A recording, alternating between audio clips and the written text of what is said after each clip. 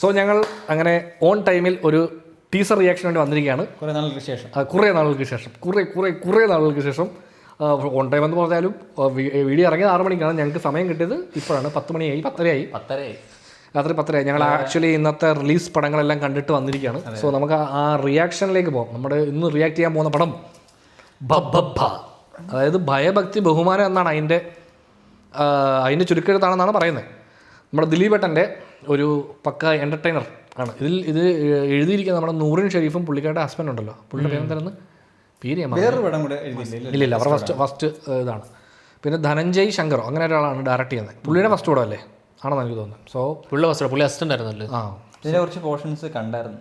എങ്ങനെ മറ്റേ fight sequence മറ്റേ ഡിസ്പ്ലേക്ക് വെച്ചപ്പോഴത്തേക്ക് അവര് ഇതിന്റെ ഫൈറ്റ് സീക്വൻസിന്റെ കുറച്ച് സംഭവമാണ് പ്രാക്ടീസ് സെഷൻ എന്തോ ആണ് അവിടെ ഡിസ്പ്ലേക്ക് വെച്ചിരുന്നത്. അന്ന് മറ്റേ ഇത് നടന്നത് ഇതിനകത്തൊരു ഫൈറ്റ് സീക്വൻസിൽ ഒരു ഇതുണ്ട്, ഈ 23 പോയിന്റ്സിന്റെ ഒരു റോബോട്ടിക് ക്യാമറ സീക്വൻസ് ഉണ്ട്. അപ്പോൾ അതാണ് അവിടെ അവർ ഡിസ്പ്ലേക്ക് വെച്ചിരുന്നത്.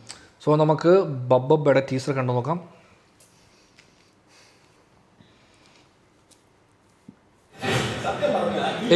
ഗോകുലം ഗോപാലൻ കളറാണല്ലോ, വാം കളർ, കളർഫുൾ പരിപാടിയാണ്. അതെ മാസ് മഡ്നസ്. സൗണ്ട് പറയണം.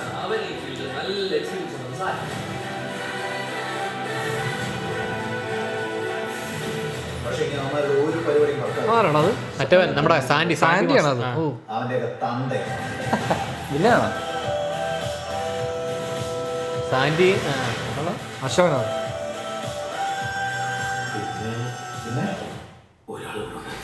പുള്ളി റൈറ്റർ. ഇവനുണ്ട് ചേട്ടൻ അനിയനും. ഷാനാണോ? Cameraman music.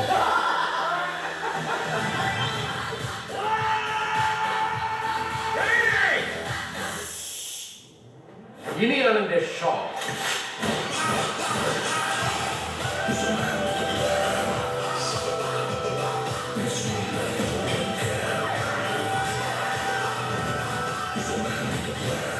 I will take you to the miraculous universe of the most wanted person you are searching for. ഈ സീക്വൻസ് കാണിച്ചു. ഓ, ഭയം ഭക്തി ബഹുമാനം. വീണ്ടും സന്ധിക്കവരേക്കും വണക്കം. മറ്റേതിന്റെ ഒരു ചായ ഉണ്ടായിരുന്നല്ലേ ട്രെയിലർ കണ്ടിരിക്കുന്ന ആരാന്നറിയോ? ലിൻഡോ കുര്യൻ. അല്ല, അജ്മൽ സാബു അല്ലേ? അജ്മൽ സാബു ലിൻഡോ കുര്യൻ രണ്ടോടെ ചെയ്തത്. അജ്മൽ സാബുവിന്റെ പോസ്റ്റിൽ ഞാൻ കണ്ടായിരുന്നു. മറ്റേ റൺവേയുടെ ഒരു ചായ ഉണ്ടായിരുന്നു ലാസ്റ്റിലത്തെ ലുക്ക്. വളരെ പറയുന്ന.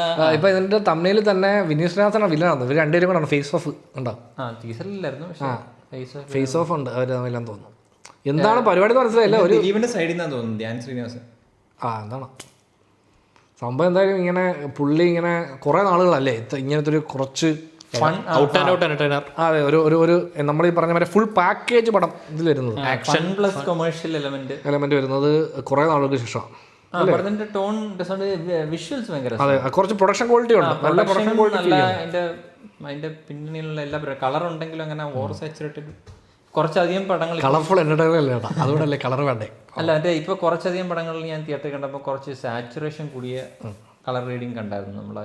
അതിന് 2 കാരണങ്ങളുണ്ട്. ഒന്നുകിൽ നമ്മൾ കാണുന്ന തിയേറ്ററിലെ പ്രൊജക്ഷൻ്റെ ഒരു സംഭവം ഉണ്ടാവും, നമുക്ക് അറിയത്തില്ല.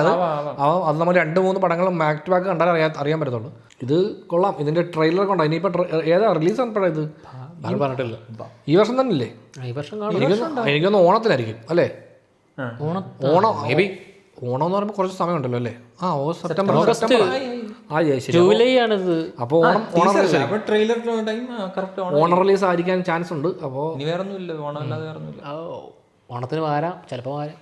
ഓണത്തിന് എന്തോ വേറെ പറഞ്ഞു വെച്ചേക്കുന്നത്. പിന്നെ ഈ പടത്തിൽ ലാലേട്ടൻ്റെ ഗസ്റ്റ് ഉണ്ടെന്ന് പറയുന്നുണ്ട്. ഉണ്ടെന്ന് പറയുന്നുണ്ട്. എന്നിട്ട് തമാശ എന്ന് വെച്ചാലേ പുള്ളി മറ്റേ ആ ഒരു ബ്ലാക്കിൽ നിൽക്കുന്ന ഫോട്ടോ വൈറലായി കഴിഞ്ഞപ്പോൾ എല്ലാവരും ബൊംബെയിലെ ഷൂട്ടാണെന്ന് പറഞ്ഞിട്ട് ലാസ്റ്റ് എല്ലാവരെയും പറ്റിച്ചത് ബിഗ് ബോസ് ആണ് പോയി. അല്ല, അതിനകത്ത് മറ്റേ മാലയുടെ ചെയിനെ ബീബി നേരിട്ടുണ്ടായിരുന്നു. എനിക്കൊരു ശ്രദ്ധിച്ചിട്ടില്ല. സാഫ് നമ്മൾ കണ്ടുപിടിക്കുന്ന